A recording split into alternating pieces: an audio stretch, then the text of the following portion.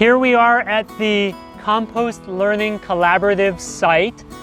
This is at the Ithaca Community Gardens. We're adjacent to the garden, and the Compost Learning Collaborative is set up for people who aren't able or don't have the space to compost at their house, but they still want to compost their scraps, especially if they are community gardeners that come here already, or if they live or they work in this neighborhood. This might be a convenient way for them to compost their food scraps. To become a member, you need to express an interest in becoming a member. We hold occasional training sessions that are roughly half an hour long for people to join. During the session, we basically review a Compost Learning Collaborative member agreement that outlines how the site is to be used, such as what are the expectations of members, how we'll communicate with people and how people communicate with us, what materials to include, what materials to avoid. And after we review all of that and do some demonstrations, people sign off that they're okay using the site in that way. And once I have a member agreement from someone, we will give them a combination to the active bin. This is our active bin, the one with the combination lock. The other bins have a key lock, so it's very obvious which is the active bin. And they'll have the combination, which will allow them to access the bin.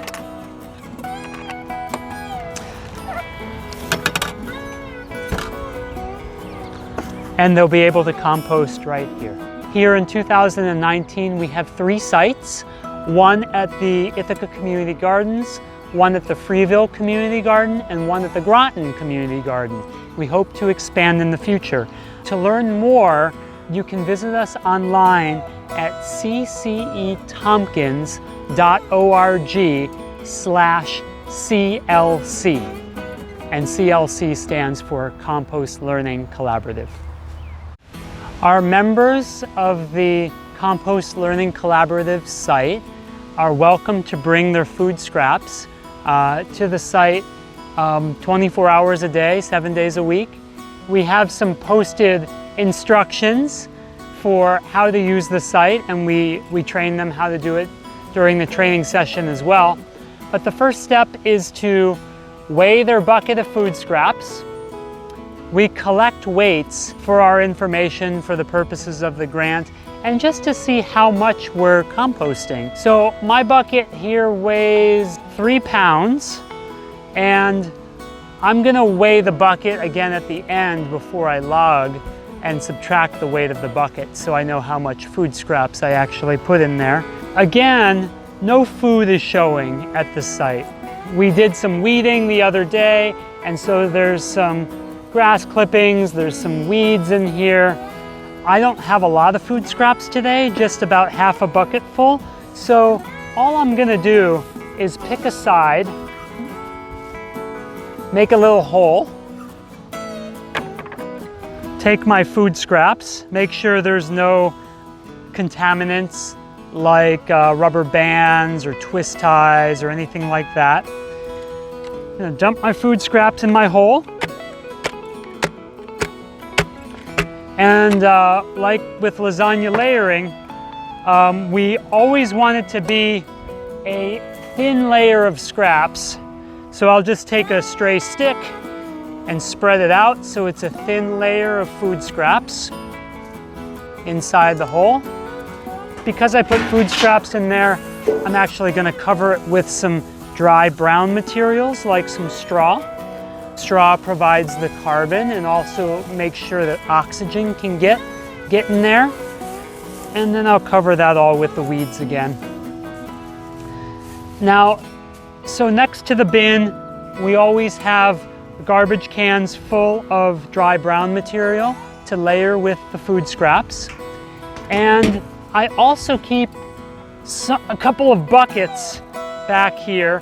I let them fill up with rainwater, and then sometimes I walk to the garden to fill up on water just to add a little bit more water to the compost.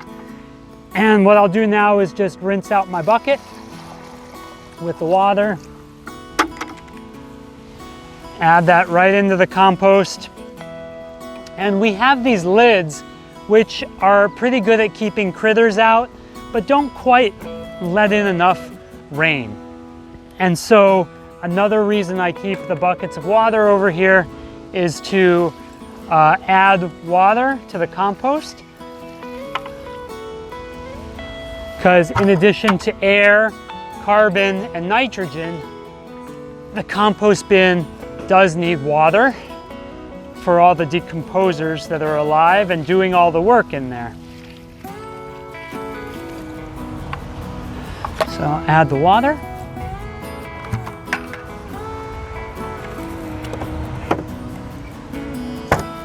Close the lid. Lock it up. Now, I wanted to weigh how much my empty bucket weighs.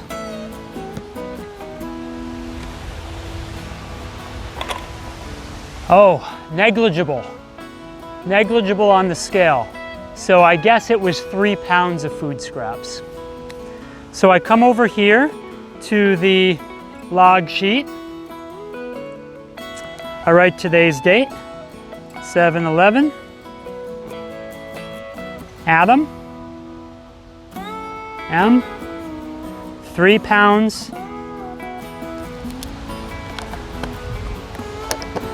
And that's all it takes to compost here at the Compost Learning Collaborative. One of the things about being a member is that we encourage our members to come back to the site when it's time to manage the bins. And when I say manage, what I mean is one of the older compost bins that's been sitting here a long time and has very old material in it, we want to turn that material into another bay of the bin. And when we turn it, we mix the material, we mix some of the things that didn't quite break down, and we give it a fresh start. When we turn and we get to the very bottom of the bin, we'll find some finished compost. It's black, crumbly, it looks a lot like rich dirt. And we will take that out of the bin, sift it, and put it in buckets or in a wheelbarrow, and we'll send it home with the members to use at home or on their garden. The potato plant growing out of the top of this compost bin, this is a sign that the compost underneath is probably getting to a finished state. If there are plants that can grow in the material, then it's probably nearing finished.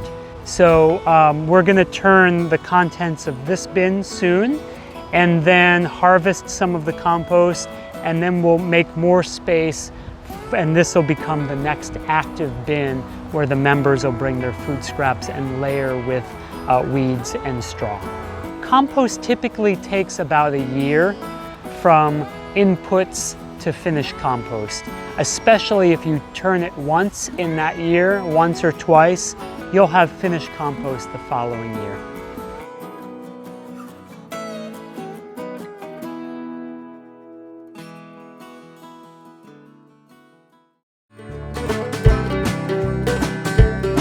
Some call it a stink, some call it black gold. Whatever it is, it's so much better than mold. There are more ways to compost than even you've been told. You can put it in 1 or 2 or 3 piles. Rot it, mama, in your favorite style. You can turn it or let it rest for a little.